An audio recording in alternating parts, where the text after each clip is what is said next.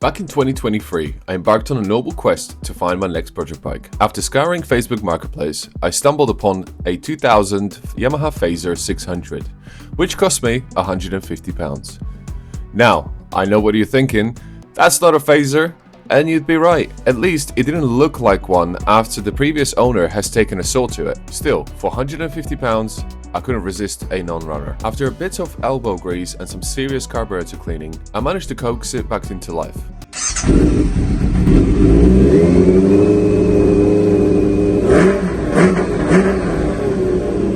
Encouraged by my small victory, I turned my attention to fixing the frame and fabricating some new parts. I've decided to take the plunge and create a YouTube channel to document the build. Why? Partly to share the journey, but mostly because everyone loves a good redemption arc, even if it's about a bike that started life as a Frankenstein experiment. Which brings us to the present day. So I've already painted some of the actual parts during the time before I actually started to do the YouTube properly. So stuff like the side covers and brakes and things like that. So I actually have taken a lot of stuff apart already, but I wanted to document the entire build and actually start a YouTube channel. So with that being said, let the first build begin, the FZS Fazer.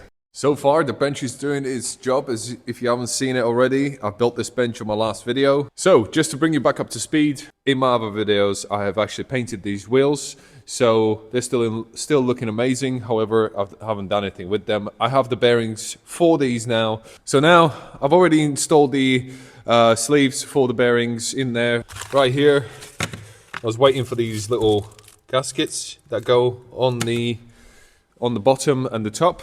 I've also got the wheel bearings, 2 for the front and 3 for the back. That one is for the sprocket carrier.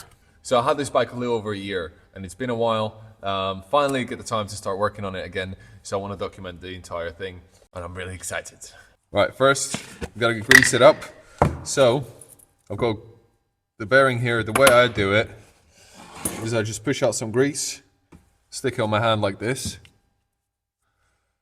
grab the bearing, and then just kind of, you want to work it around the bearing and push it inside. Once you've done it this way, turn it around to expose this part of the bearing and do the same again. And that should be pretty good. So I put the little gasket, washer, whatever, right here. Now we need to put the first bearing on. Use my grips. There you go. So now we just need to knock it in. But what we don't want to do is start hitting it with a hammer. So what I did is I saved this little collar right here, which will go on the top.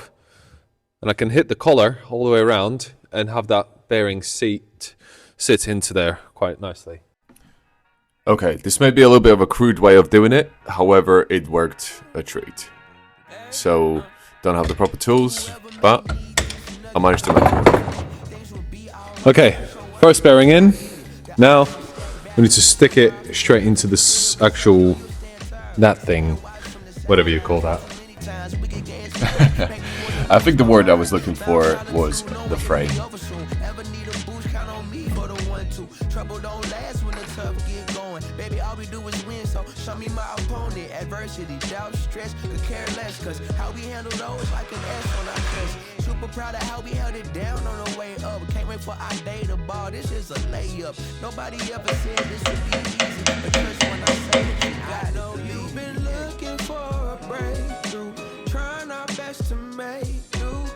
Every day is something new. But change don't come, oh yes, it's true.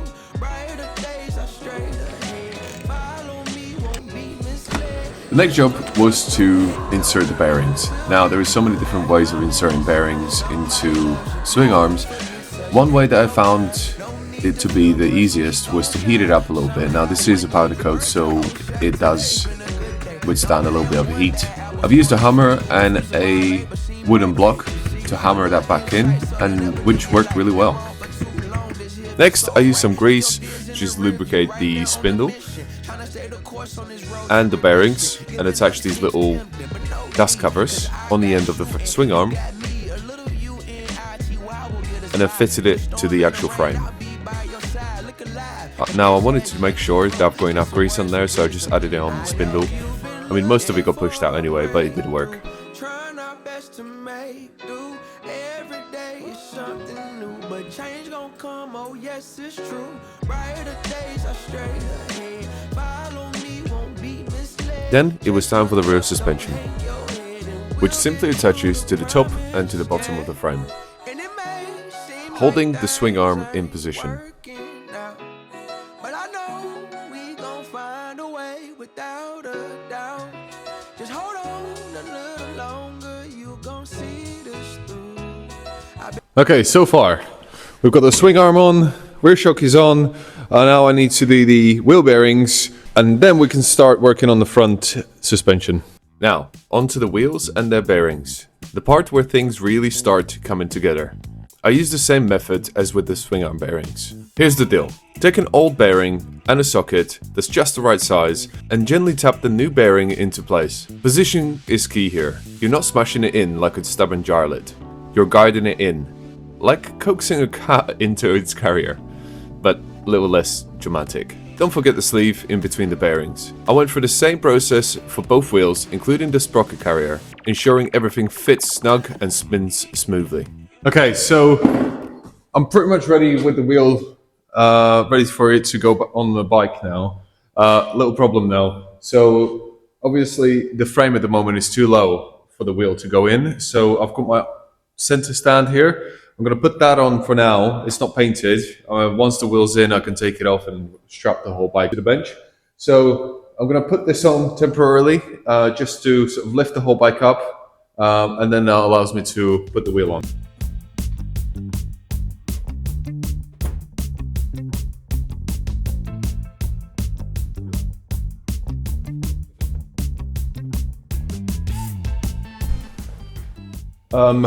It may look stupid, but it's working.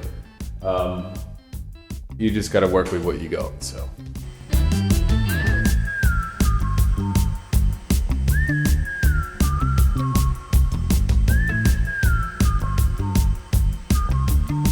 I attached the wheels to the swing arm, lubricated the bolt, fitted the wheel spaces on each side, and bolted it all together. Quick, clean, and ready to roll. Okay, brake discs. So I've got my rear disc right here. I'm gonna have to get a new one because, as you can see, this is pretty badly rusted and I can't save this. However, the front ones are actually in a pretty good condition, not visually, obviously, but what I'm gonna have to do is sand the inners, and then I can paint this with some high heat paint. So that should actually work. But for now, these are gonna work pretty great, I think.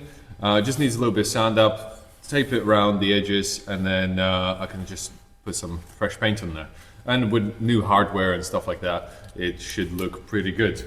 I used a mix of brake cleaner, sandpaper attached to a drill, and a Dremel tool to tidy up the edges of the disc. Don't worry, I was extra careful to avoid scratching up the actual braking surface.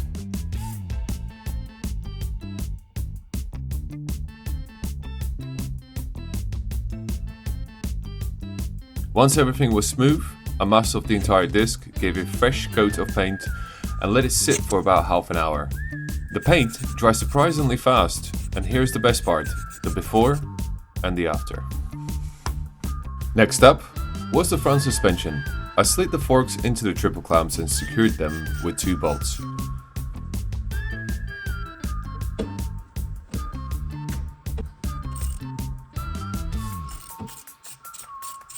Once that was sorted, I attached the front wheel, making sure to fit the speedo sensor, which doubles as a spacer.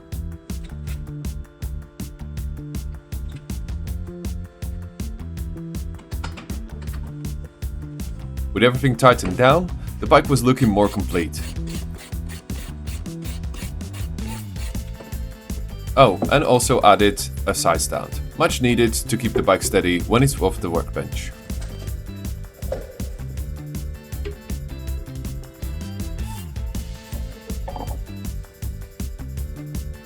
So, with everything coming together, I wheeled the bike off the bench, convinced I cracked the code for installing the engine, just lowered the bike onto it.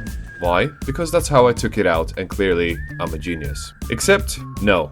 Instead of success, I ended up with an engine that didn't fit and a shiny new scratch as a bonus. At this point, I was rethinking all my life choices. We hauled the bike back onto the workbench, and wouldn't you know it, within seconds, the bike was in its place. There we go.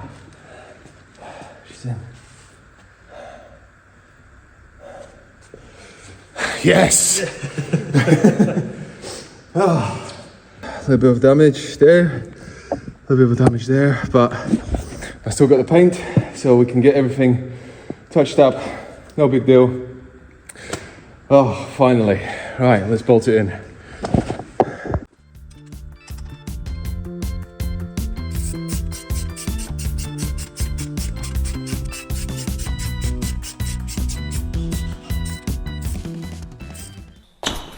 And we're done.